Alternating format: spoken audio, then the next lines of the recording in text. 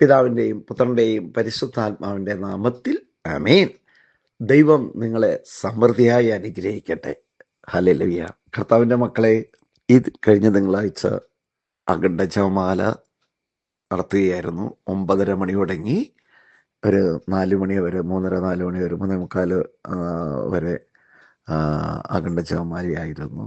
കുർബാനയുണ്ടായി, ആരാധനയുണ്ടായിരുന്നു. പബ്ലിക്കായിട്ട് പറഞ്ഞില്ലായിരുന്നു. ഞങ്ങൾ ടീം മെമ്പേഴ്സിനെ മാത്രമാണ് ഉദ്ദേശിച്ചിരുന്നെങ്കിലും ദൈവത്താൽ തിരഞ്ഞെടുക്കപ്പെട്ട ധ്യാനം കൂടിയ മക്കളും ധ്യാനം കൂടാത്ത മക്കളൊക്കെ കൂടി ഏകദേശം ഒരു 40-ൻ്റെ അടുത്ത് ആളുകൾ, 38-39 ആളുകൾ ഈശോ കൊണ്ടുവന്നു. ഹല്ലേലൂയ. യേശുവേ നന്ദി. മനോഹരമായിരുന്നു, അഭിഷേകമായിരുന്നു. ഞങ്ങളിനി എല്ലാ മാസവും ധ്യാനം കഴിഞ്ഞു വരുന്ന തിങ്കളാഴ്ച, ധ്യാനം ഞായറാഴ്ചയാണ് തീരണമെങ്കിലും, ഞായറാഴ്ചയാണ് തീരുന്നതെങ്കിലും, ഞായറാഴ്ച തീരുന്നു, പിറ്റേ ദിവസം തിങ്കളാഴ്ചയാണെങ്കിലും ആ തിങ്കളാഴ്ച അല്ല, അത് കഴിഞ്ഞുള്ള തിങ്കളാഴ്ച ആണ് ഇനി അഖണ്ഡ ജപമാല വയ്ക്കുവാനായിട്ട് ആഗ്രഹിക്കുന്നത്. അടുത്ത മാസം 14 തീയതി അഖണ്ഡ ജപമാല 9:30 മണി തുടങ്ങി ഒരു 3:30 3:45 ആ സമയം വരെ. അതിനിടയിൽ ഒരു കുഞ്ഞു ഭക്ഷണവും എല്ലാം ഭക്ഷണവും അതോടൊപ്പം തന്നെ കുർബാന ആരാധനയൊക്കെ ഈശോ നയിക്കും. ദൈവത്തിൻ്റെ പരിശുദ്ധാത്മാവിനാൽ നിറഞ്ഞ് കവിഞ്ഞ് അഭിഷേകം ചൊരിയുകയായിരുന്നു മക്കളെ. ഹല്ലേലൂയ. ദൈവം അനുഗ്രഹിക്കട്ടെ, ദൈവം അനുഗ്രഹിക്കട്ടെ, ദൈവം അനുഗ്രഹിക്കട്ടെ, ദൈവം അനുഗ്രഹിക്കട്ടെ. ദൈവം ഞങ്ങളെ അങ്ങനെ ഉപയോഗിച്ചവനോട് നന്ദി പറയുന്നു. ഹല്ലേലൂയ.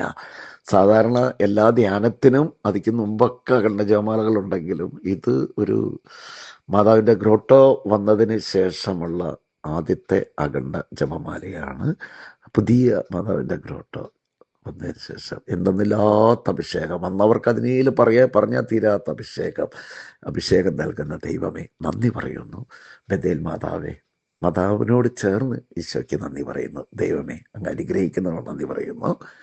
കർത്താവേ, അടുത്ത ഞായറാഴ്ച വൺഡേ ധ്യാനമാണല്ലോ, ആ ധ്യാനവും വിജയമാക്കുന്നതിനോട് നന്ദി പറയുന്നു. ദൈവമേ, ഇന്ന് ബുധനാഴ്ച നീതിമാനായ ഔസേപിതാവിൻ്റെ മാധ്യസ്ഥം വഴി നമുക്ക് പ്രാർത്ഥിക്കാം. മക്കളെ, വേദനകൾ നിറഞ്ഞ ജീവിതമാണല്ലോ, വേദനകൾ നിറഞ്ഞ ജീവിതം. ചില മക്കൾക്ക് സന്തോഷവും സമാധാനമൊക്കെ ദൈവം കൊടുത്തിട്ടുണ്ട്, ഒരുപാട് കരഞ്ഞിട്ട് കൊടുക്കുന്നത്. എൻ്റെ മക്കളെ, കർത്താവിൻ്റെ മക്കളെ, നമ്മൾ ഈ നിമിഷങ്ങൾ ഒരു പക്ഷേ നിങ്ങളിത് കേൾക്കാൻ പോലും അങ്ങനെയുള്ളവർ കൂട്ടാക്കാറില്ല. അതാണെന്ന് എനിക്ക് തോന്നുന്നത്, അതല്ലെങ്കിൽ അനുഭവങ്ങൾ. ഒരിക്കലും ഇപ്പോഴൊന്നും അല്ല, ഇപ്പം 25 വർഷം, 2025 അല്ലേ? അപ്പോൾ 25 വർഷം മുമ്പ്, 25 വർഷം അല്ലെങ്കിൽ 24 വർഷം മുമ്പ് ഒരു ധ്യാനത്തിന് വന്നൊരു കുടുംബമാണ്. അദ്ദേഹം ഇപ്പം മരിച്ചു. ദൈവമേ, ആ മകൻ്റെ ആത്മാവിൻ്റെ പാപം ക്ഷമിക്കണമേ, നിത്യശാന്തി കൊടുത്ത് അനുഗ്രഹിക്കണമേ. സ്നേഹമുള്ളവർ, അവർ ധ്യാനത്തിന് വരുമ്പോൾ ഞാൻ അവർക്കൊരു സ്പെഷ്യൽ പ്രയറെല്ലാം കൊടുത്തു അവരുടെ കുടുംബത്തിന്. ആ സമയത്ത് നിലവിളിയും കരച്ചിലുമായിരുന്നു. ബ്രദറെ, രക്ഷയില്ല. ആ കരച്ചിൽ കേട്ട് ഒന്നാമത്തിൽ ഈ കരച്ചിലിന് ഞാൻ വീഴും. ഞാൻ കരച്ചിലിൽ കാലുമ വീഴും. അതാണ് എന്നെ അതങ്ങനെയാണല്ലോ. പക്ഷേ കൃപയാൽ, അതായത് എൻ്റെ ദൈവം എനിക്ക് തന്നേക്കുന്ന വരത്തിൽ ഏറ്റവും വലിയൊരു വരമാണ്. എൻ്റെ അനുഭവമാണ്, എൻ്റെ ബോധ്യമാണ്, എൻ്റെ ചിന്തയാണ്, എൻ്റെ തീരുമാനമാണ്, എൻ്റെ ഉൾക്കാഴ്ചയാണ് മക്കളെ, പ്രാർത്ഥനാവരം. എന്ത് ചോദിച്ചാലും, ഞാൻ മനസ്സുകൊണ്ട് ഞാൻ എന്ത് ചോദിച്ചാലും എൻ്റെ ദൈവം തരുന്നു. പക്ഷെ മനസ്സുകൊണ്ട് അങ്ങനെയൊന്നും എപ്പോഴും ചോദിക്കാൻ പറ്റില്ല കേട്ടോ. പക്ഷെ മനസ്സുകൊണ്ട് ഒന്ന് ചിന്തിച്ചാൽ മതി. നിങ്ങൾക്കും ചിന്തിച്ചാൽ മതി, നിങ്ങൾക്ക് ഇന്നത് കിട്ടട്ടെ എന്ന് ചിന്തിച്ചാൽ മതി. ഞാനിപ്പോൾ ഈ പറഞ്ഞുകൊണ്ടിരിക്കുമ്പോൾ തന്നെ ഈ യൂട്യൂബും എല്ലാം ക്ലിയർ ചെയ്യുന്ന അല്ലെങ്കിൽ എഡിറ്റ് ചെയ്യുന്ന ഒരു മകനെ ഞാൻ സ്കാൻ ചെയ്യായിരുന്നു. അവൻ എന്താ വേണ്ട എല്ലാം കൊടുത്തു, ഇനിയും എന്താ വേണ്ടത് ഇങ്ങനെ ചിന്തിക്കുകയായിരുന്നു. അതങ്ങനെയാണ് സ്നേഹമുള്ളവരെ. നിങ്ങളായിരുന്നാലും ദൈവമക്കൾ ചേർന്ന് നിൽക്കുമ്പോൾ, ദൈവത്തെ ആരാധിക്കുന്നത് കാണുമ്പോൾ, അല്ലെങ്കിൽ പരിശുദ്ധ കുർബാനയെ സ്നേഹിക്കുന്നത് കാണുമ്പോൾ, ജപമാലയെ സ്നേഹിക്കുന്നത് കാണുമ്പോൾ, അല്ലെങ്കിൽ ടീമിനെ സ്നേഹിക്കുകയും ടീമിനോട് ചേർന്ന് നിൽക്കുകയും ചെയ്യുമ്പോൾ നിങ്ങൾ പറയാതെ തന്നെ ഞാൻ എൻ്റെ മനസ്സ് ഓടും. അങ്ങനെ മനസ്സ് എന്തുകൊണ്ടാണ് ഓടുന്നത്? ദൈവം നിങ്ങളെ അത്രമാത്രം സ്നേഹിക്കുന്നത് കൊണ്ട്, പരിശുദ്ധാത്മാവ് നിങ്ങൾ അത്രമാത്രം നയിക്കുന്നത് കൊണ്ട്, അല്ലാതെ വേറൊന്നുമല്ല കേട്ടോ.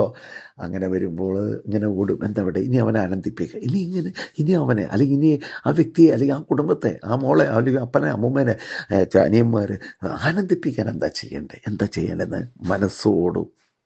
മനസ്സോട് ഓടണം.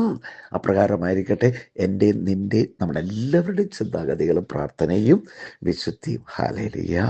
യേശുവേ നന്ദി. ഞാനിപ്പോൾ ആ ചിന്തിച്ച മകൻ എന്നോട് ഒരിക്കലും പറയാറുണ്ട്, ബ്രദറെ, ഞാൻ പരിശുദ്ധ കുർബാന ആരാധനയിൽ ദിവ്യകാരുണ്യനാഥൻ്റെ മുമ്പിൽ ഇരിക്കുമ്പോൾ എനിക്ക് ആ ഈശോയെ കാണുമ്പോൾ ആർത്തിയാണ്, അവിടെ എഴുന്നേറ്റ് വരാൻ തോന്നാറില്ല, ആർത്തിയാണ്. യെസ്, കണ്ടോ, അതൊക്കെ എൻ്റെ മനസ്സിൽ സ്പർശിച്ചേക്കണം. കണ്ടോ എൻ്റെ മക്കളെ, നിന്നെക്കുറിച്ച് ദൈവം എപ്രകാരമായിരിക്കും ഇതുപോലെ പറയാൻ ഇടവരുന്നത്? ദൈവാത്മാവ് പറയാതെ നല്ല കാര്യങ്ങളൊന്നും ആരും പറയില്ലല്ലോ. പറയുമോ? ആരും പറയില്ല. അപ്പോൾ ഞാനും നിങ്ങളും, അല്ലെങ്കിൽ എന്നെക്കുറിച്ച്, ബ്രദറിനെ കുറിച്ച്, അതല്ലെങ്കിൽ ഓരോ മക്കളെക്കുറിച്ച് ദൈവത്തിൻ്റെ ആത്മാവ് എപ്പോൾ പറയും? ഞാൻ അത്രമാത്രം ദൈവത്തെ സ്നേഹിക്കുന്നു. ഈ സ്നേഹിക്കുന്നു എന്ന് പറയുന്നവർ പോലും അവരുടെ ഉള്ളിൻ്റെ ഉള്ളിലേക്കൊന്ന് സ്കാൻ ചെയ്താൽ, ദൈവത്തിൻ്റെ പരിശുദ്ധാത്മാവ് ഒന്ന് സ്കാൻ ചെയ്ത് കഴിഞ്ഞാൽ അവിടെ എന്തെങ്കിലും ഉണ്ടാവോ? May be there is nothing. ഒരു സാധനം ഉണ്ടാവില്ല അവിടെ. Hallelujah, hallelujah, hallelujah. സ്നേഹമുള്ളവരെ, ഇത് പറയുന്ന ഞാനായിരുന്നാലും കേൾക്കുന്ന നിങ്ങളായിരുന്നാലും എൻ്റെ കർത്താവ് എന്നെ ഒന്ന് സ്കാൻ ചെയ്താൽ എൻ്റെ അവസ്ഥ എന്തായിരിക്കും? അത് നമ്മൾ ഇടയ്ക്ക് ചിന്തിക്കണം, നല്ലതാണ്. Hallelujah, hallelujah. കർത്താവ്, നമ്മളെല്ലാവരും ദൈവജനത്തിൻ്റെ മുഖം നോക്കുന്നെങ്കിൽ കർത്താവ് നോക്കുന്നത് എവിടെയാണ്? ഹൃദയത്തിലേക്ക്. ആ ഹൃദയത്തിലേക്ക് നോക്കിയവനാണ് യേശു. ഹൃദയത്തിലേക്ക് നോക്കിയവനാണ്. അതാണ് കാനാൻകാരി സ്ത്രീക്ക് നല്ലൊരു കൗൺസിലിംഗ് കൊടുത്തത്. നല്ലൊരു കൗൺസിലിംഗ്, ഏറ്റവും ആദ്യത്തെ കൗൺസിലറും ഏറ്റവും നല്ല കൗൺസിലറും അത് ഈശോ തന്നെയല്ലേ? ഹല്ലേലൂയ. അപ്പം ഞങ്ങൾ കൗൺസിലിംഗ് ചെയ്യുന്നു, അതെല്ലാം ഈശോ സംസാരിക്കുന്നത് കൊണ്ട്, ഈശോ ഉപയോഗിക്കുന്നത് കൊണ്ട്, ഈശോ തന്നാൽ മാത്രമല്ലേ മെസ്സേജ് തരാൻ പറ്റുള്ളൂ. അതാണ് ദൈവത്തിന് ഒന്നാം സ്ഥാനം. ദൈവം നയിക്കട്ടെ.